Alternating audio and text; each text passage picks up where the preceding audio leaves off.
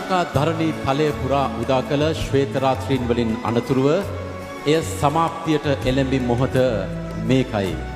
ඒ නිසා මේ මොහොතේ ගැබ්ව තිබෙන සදානුස්මරණීය බව ස්වර්ණමය සදානුස්මරණීයත්වයකට පත් කරන්නටයි සිරස FM මේ සූදානම් වෙන්නේ.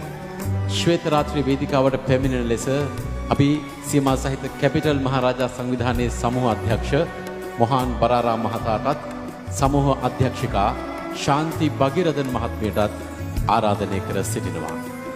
විශාරද නන්දා මාලිනී